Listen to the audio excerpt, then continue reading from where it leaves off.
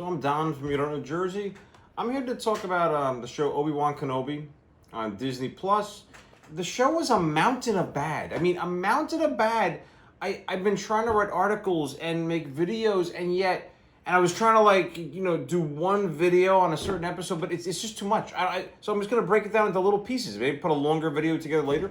Anyway, so when it comes to Leia, right? What are the big problems with Leia? Okay, so Leia is completely wrong. Totally wrong. Now, obviously, you can see the idea here that they wanted to have a character that was kind of like a Grogu to Mando, or Mandalorian. They wanted a cute kind of sidekick, a cute character that goes along with the warrior, right? Okay, so I get that. I totally get that. I totally get you thought, oh, this was so successful with that, so we're going to do with this too. All right, but here's the problem. The problem is that Leia can't meet Obi-Wan, right? She doesn't know Obi-Wan. In A New Hope, she does not know Obi-Wan. She does not. And in case you think she does, she calls him General Kenobi when she starts the message. Then she says, "You fought my father" in the Clone Wars. She references her father told her who he is and everything about him. She wouldn't have needed to bring up her father. Or at the very least, if she knew him the way it looks like she knew him now, then she would have said, "Hey, my father and I need your help." She would, it's me, Leia, you knew me as a kid, my father, right? She would have been more personal, right? The fact that she says, "Help me, Obi-Wan, you're my only hope" at the end is only because her father gave her that name to use.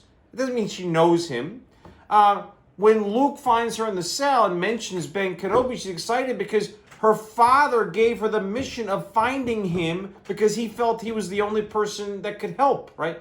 Now, but if you really want to get it, at the end of Star Wars: A New Hope, when Ben gets killed, right, and Han, Leia, Luke, Chewbacca, and the droids, they're running for the Millennium Falcon, Luke is looking over, right? Han and Leia looks over for a second to see what's going on. Then Ben basically disappears, gets killed, whatever you want to call it, and Luke freaks out and starts screaming, and starts blasting, and he's all upset. Leia's nothing. Leia is nothing from Leia. Okay, at this point now, Leia actually knows Obi-Wan better than Luke, and she has no response, no emotional response, except, "Luke, there's nothing you can do, come on," right? And then when they get in the ship, she's all like, "Oh, I'm going to comfort, I'm going to put a blanket on you, and comfort him and whatever." But she's not upset at all. She's not upset. Well, she's really cold-hearted if she knew him in the way it's presented in this series, right? So anyway, the point is that Leia doesn't know him, okay? She never met him. Everything she said in the message was information her father gave her, okay? Very clear, very, very clear here. The other thing about it is that she's portrayed in a way that's not her.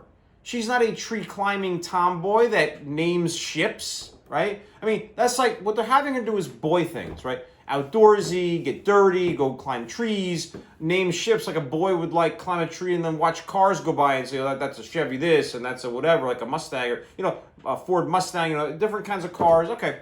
The problem is that they're having her behave like a boy, right? That's what they did. Maybe like a young Anakin. And it's wrong because she's not like that. She's like a young Padme, not Anakin. She's not a tomboy. Okay, in A New Hope, she has trouble climbing up on top of the garbage in the trash compactor. She's not athletic. She's been demonstrated to be awkward when it comes to athletic things in A New Hope and in Empire Strikes Back. Anytime she's never been shown as being athletic, at all. Always awkward when she's running in Hoth, when she's running through the tunnels to get to the Millennium Falcon. The point is, she's not a tomboy. She's not now. There is nothing wrong with having a girl who's a tomboy, but not Leia. If you wanted to do that, you wanted to have that kind of character, then you should have made a new character, introduce a new character we don't know. But that's not Leia. Number one, Leia can't meet Ben. Number two, she's not a tomboy. Two things, totally wrong. She's not like Anakin. She's like Padme, right? Luke is like Anakin. She's like Padme, period. Okay, that's the way it works. That's what their personalities are. You can't say that she's like Anakin and Padme. No, she's into politics, okay? That's another thing. They totally screwed up her character. At a young age, she would still already be interested in politics. She wouldn't be like, "I don't want to be a senator." No, of course not. She'd be interested. If she wasn't, she doesn't have to be a senator. There's other people there. There's other families there, other politicians, right? I mean, obviously, she's groomed into this because of her family. But the point is that she, at 19, she's a freedom fighter, right? A senator with the rebellion, fighting the empire. and she's really good at it, right? And she's strong and she's smart, but she's not an athletic, outdoorsy tomboy, okay? She's not. She's more of a nerd, like Padme.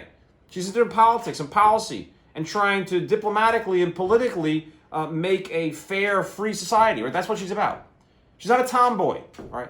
Now, so that's just totally wrong. It's so, it's funny. They ruined Han and Luke in the sequel trilogy, but they couldn't get their hands on Leia because, sadly, Carrie Fisher passed away, where they couldn't really complete what they were going to do in Episode 9, not the way they wanted to. And so basically they didn't have the ability, and they were so angry that they couldn't ruin her too. So now Disney's ruined Han, ruined Luke. Well, I mean, Mandalorian did something spectacular that was really wonderful, but that's Mandalorian, which is a separate thing. Mandalorian is an excellent show. It has some flaws, but overall, really excellent show. So far. When we see what happens after Boba Fett season, we'll see. But so far, Mandalorian has been excellent, okay? But when it comes to, you're looking at, other than Leia, is that the actress who plays Leia looks like she's like 6 or 7 years old. She's like a toddler, right? You're not a toddler when you're 10, okay? She's, it's funny, the actress who plays the role was 8 years old when they started filming, and then I think she turned 9 during the filming, because the filming was from May through September of 2021. I'm not sure if it went all the way to September. It started in May. So when they started, she was 8. And she probably had her 9th birthday during the filming. So she was 8 or 9 as she was doing the filming. But the thing is that she looks younger. She's not 8 or 9 and looks older. She's 8 or 9 and she looks younger.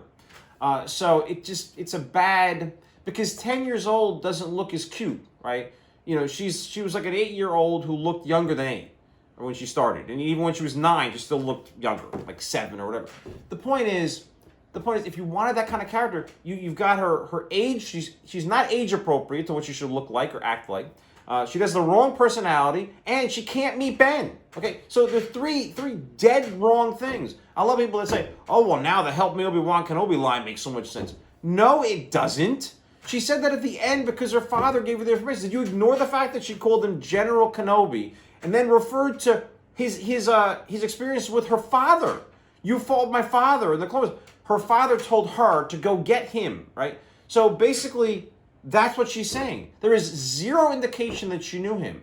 And if you're saying that the fact that she had no emotional reaction when he dies in A New Hope at the end, right?